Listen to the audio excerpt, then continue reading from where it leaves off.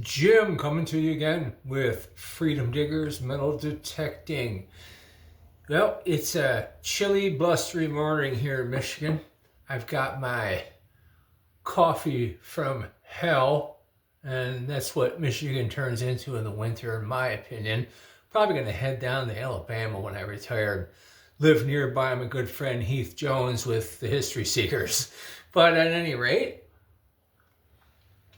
let's get into today's subject for the video.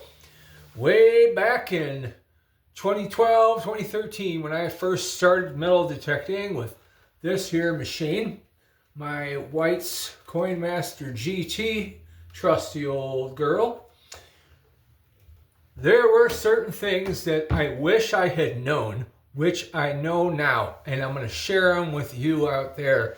This is a channel where I'm not trying to sell you anything. And I don't really worry about subscribers or views. I just want to help everybody out and impart some knowledge on them. So here it comes, and coming in hot. Got 5 hot tips for beginners. Number 5 is definitely a game changer. Stick around for it. Let's go. Number 1, you want to go metal detecting where people go and where they have gone. Now this one sounds obvious, but you really gotta zone in on that. For instance, when you go to a park, you don't really necessarily want to be out in the middle of the park where there's nothing going on. Maybe you do at some point, we're going to get to it, but initially, if you just kind of want to get on some metal detecting and start getting used to your machine, go to a park, try to imagine the traffic patterns. Obviously, you're going to go along the sidewalks and around the play structures and stuff like that. Those areas are usually productive, unless there's a lot of other detectorists in your city, and it can be challenging then. You want to go around the park benches. People sit down, stuff falls out of their pockets, right? Now, let's get into the where people used to go part. You look at a park, look at the lay of the land. You're looking for depressions, sunken in areas. These give you clues to where there might have been play equipment years ago that was removed or relocated. These are hot spots. Look in the middle of the park, maybe along one of the corners. You see a circular depression, probably where there was a tree at one time, which are good spots. But there's also a likelihood that that's where there used to be a merry-go-round. That's right, that spinning metallic circle of death that you remember from your childhood that caused many a broken arm and sprained ankle. Those are pretty hot too. So pay attention to the lay of the land. Try to imagine the traffic patterns of people cutting across the park too. If there's houses on one side or a school on one side, people aren't going to follow the sidewalk and walk the perimeter. They're going to cut across. Try to look at like the grass. Is it more worn down in a straight line going kitty corner across the park? Follow that line. Follow where the people go. All right. Number 2, don't skip those iffy signals. A lot of times, I see this, especially more experienced detectorists, myself included from time to time. You're only going to go after the nice, solid, repeatable, the numbers don't change on the screen very much kind of hits. Yeah, those are good to dig, but a lot of people skip those iffy, scratchy, not so super repeatable signals. And this is why there is such a thing as beginner's luck, because most beginners go out there and anytime the machine makes a sound, whatever's making that sound happen is going to come out of the ground. That's why there's beginner's luck, because a lot of times those iffy signals are something good. Don't be afraid to go after them.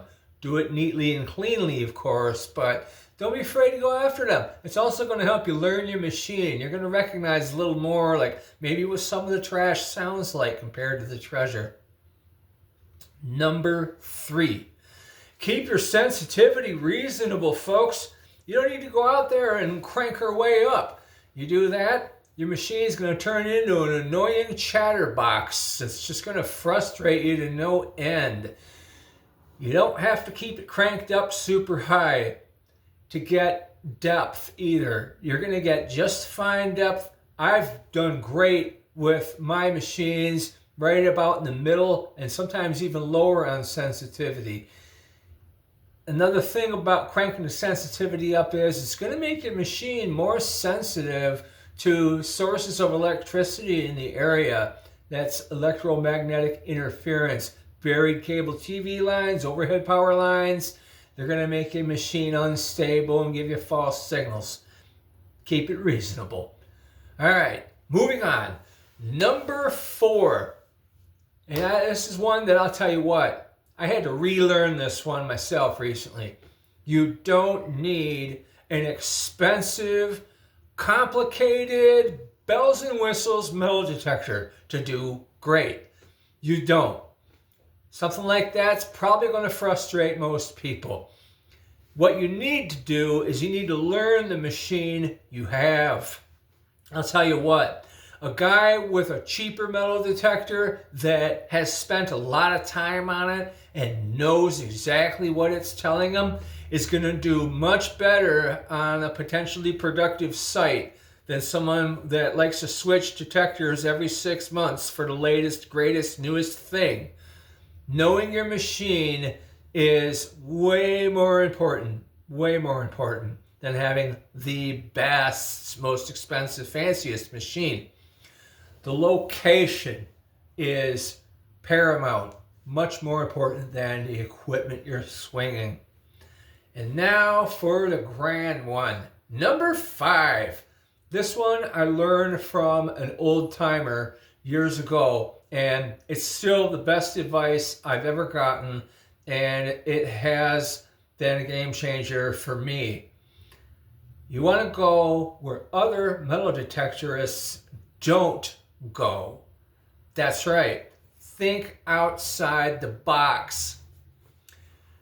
Go to those out of the way locations wherever you're going, like in a park. Go to that forgotten corner. Get underneath the bushes.